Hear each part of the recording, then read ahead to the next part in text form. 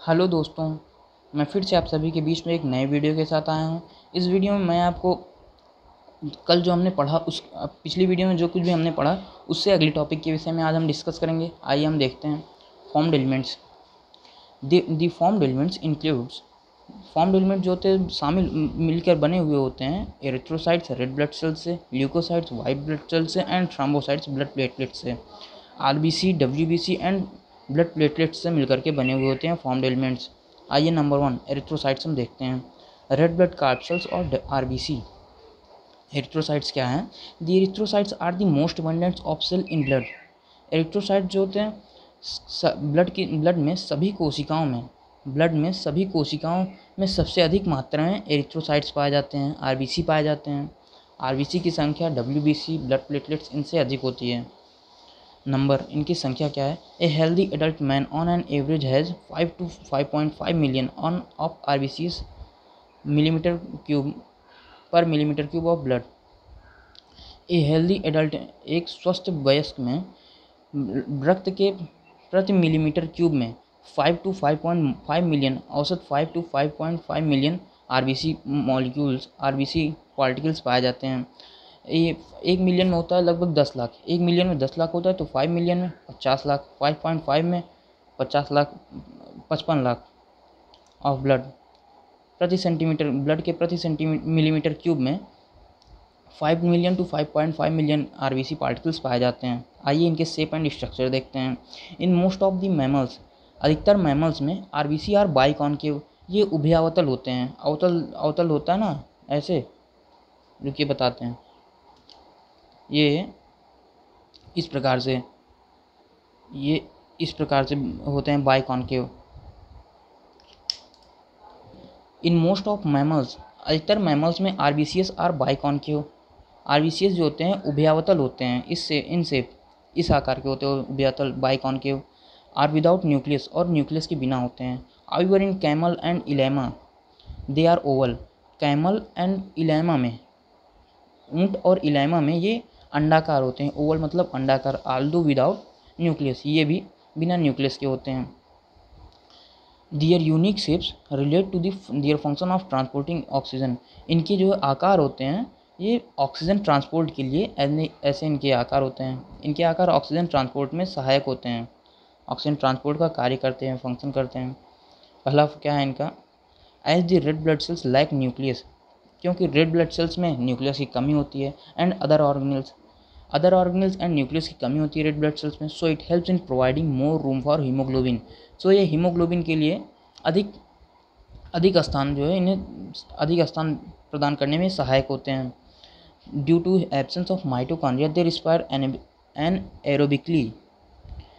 Mitochondria की अनुपस्थिति के कारण ये अवायवीय रूप से श्वसन करते हैं। Do not use up any of the oxygen they carry, और जो कि ऑक्सीजन को ये कैरी करते हैं, लेते हैं, वो इनका इस्तेमाल नहीं करते हैं। इनका केवल कार्य है कि ये ऑक्सीजन का ट्रांसफ़र करते हैं, बस हीमोग्लोबिन का ये कार्य है। Number 2 red blood sales also contains the enzymes carbonic anhydrase.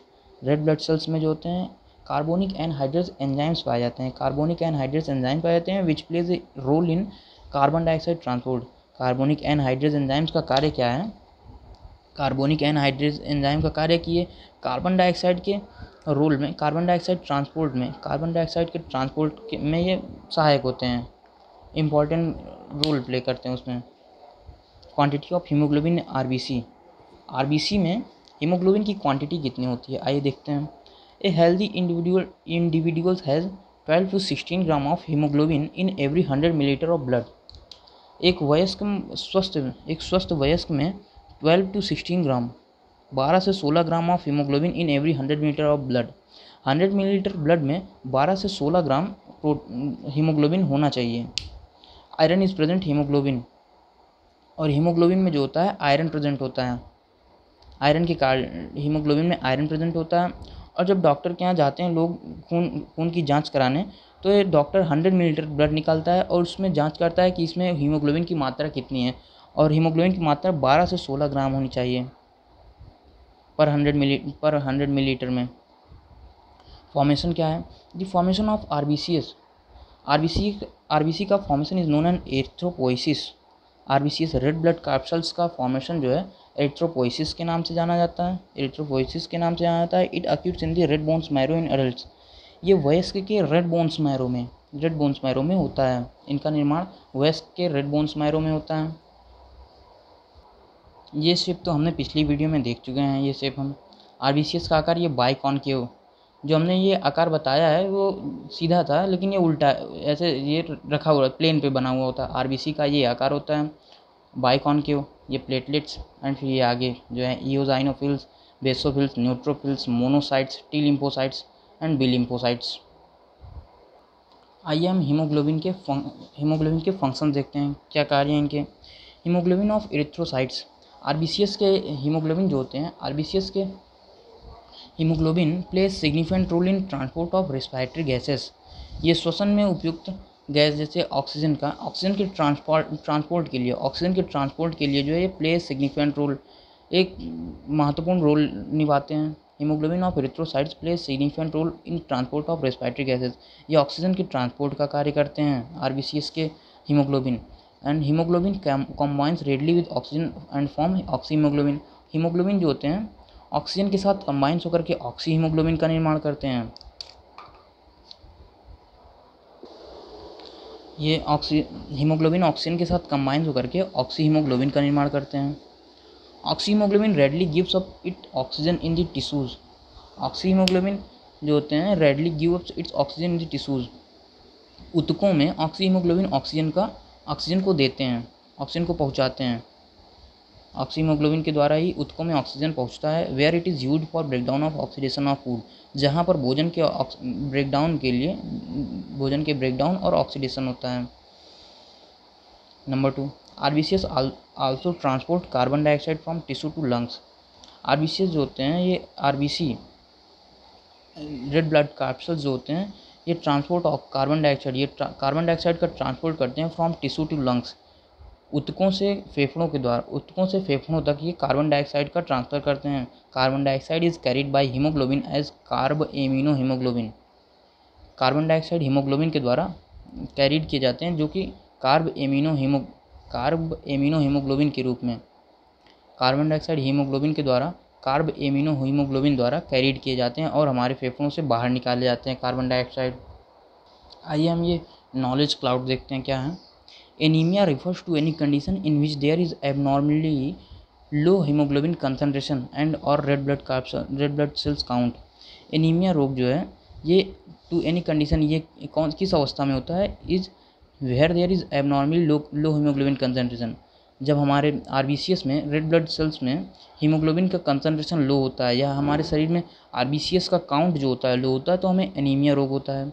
The most common types of iron deficiency anaemia, और ये आयरन की कमी के कारण आयरन डिफिशियंसी एनीमिया होता है। हीमोग्लोबिन की कमी के कारण ये रोग होता है, तो हीमोग्लोबिन में आयरन पाए जाते हैं तो इसे हम आयरन डिफिशियंसी एनीमिया कहते हैं। Cause by the deficiency of iron की डिफिशियंसी के कारण होता है। Which is an essential components of the haemoglobin molecules, जो कि आयरन जो होता है हीमोग्लोबिन मॉलिक्यूल्स का एक इसेंशियल कंपोनेंट्स होता है आयरन। दूसरा क्या है, इन परनीशियस एनीमिया, एक तो एनीमिया ये परनीशियस एनीमिया क्या है, there is an adequate amount of vitamin B12 in the body which is needed for red blood cells maturation। there is an inadequate amount of vitamin B12 in the body, जो हमारे शरीर में vitamin B12 साइनोकोबालामीन्स की पर्याप्त मात्रा में ये हमारे शरीर में उत्पादन नहीं हो पाता है। इसका साइनोकोबालामीन्स जब हमारे शरीर में अपर्याप्त मात्रा में पाए जाते हैं तो हम इसे परनीशियस एनीमिया हम इसे कहते हैं। और इसके जो है which is needed for B12 vitamin B12 साइनोकोबालामीन्स का कार्य क्या है, ये आवश्यक होते हैं for red blood sales maturation, red blood sales के निर्माण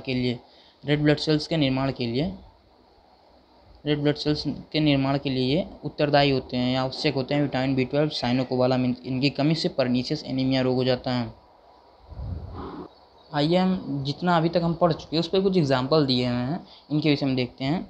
name 3 plasma proteins, 3 plasma proteins का नाम बताइए। पहला है fibrinogen proteins, ग्लोब्यूलिन्स and albumin protein. 3 plasma proteins का नाम फाइब्रिनोजन, एल्बुमिन्स एंड ग्लोब्यूलिन्स प्रोटीन्स, ये 3 प्लाज्मा प्रोटीन्स हो गए। व्हाट इज सीरम, सीरम क्या है, plasma without the clotting proteins is fibrinogen proteins, plasma without the clotting proteins is known as serum. What is erythropoiesis? Erythropoiesis क्या है? The formation of RBCs is known as erythropoiesis. RBCs का formation erythropoiesis के नाम से जाना जाता है। What is ग्लोब्यूलिन्स? Globulins क्या है? Globulins are the plasma proteins which are primary involve in the immunity. ये एक प्लाज्मा प्रोटीन्स होते हैं जो कि शरीर के प्रतिरक्षा तंत्र के लिए ये आवश्यक होते हैं, ये प्राथमिक रूप से उनमें शामिल होते हैं। इस प्रकार ये वीडियो मैं यहीं पे समाप्त करता हूँ। अब अगले वीडियो में मैं इससे अगली टॉपिक के विषय में आपसे डिस्कस करूँगा। अगर वीडियो पसंद आई हो तो वीडियो को लाइक कीजिए, हमारे चैनल को सब्सक्राइब कीजिए और बेल आइकन दबा दीजिए, जिससे ऐसी अच्छी वीडियो की नोटिफिकेशन आपको मिलती रहे। अगर वीडियो पसंद आया हो तो इसे अपने दोस्तों के साथ, अन्य बच्चों के साथ शेयर कीजिए। धन्यवाद।